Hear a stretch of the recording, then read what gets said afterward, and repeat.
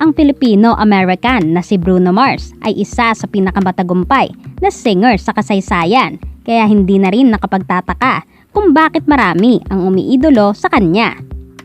At isa na dito ang Korean rapper at BTS member na si Suga.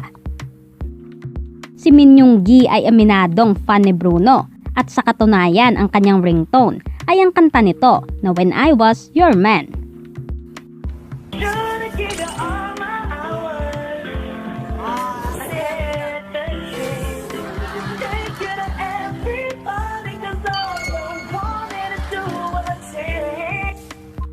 Bukod dito, gusto din niya maging kasing galing ni Bruno Mars sumayaw, partikular na sa hip-hop, pati na matuto ng iba't ibang musical instruments tulad ng keyboard.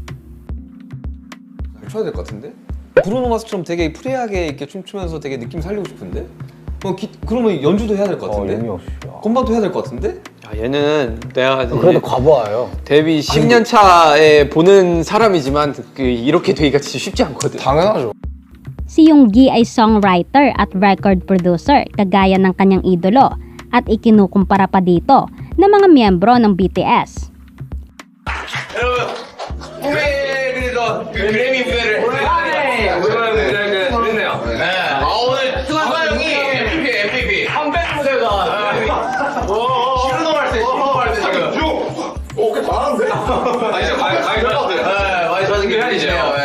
At sa wakas ay nagkita na din sila nang manood si Suga sa concert ng Silk Sonic.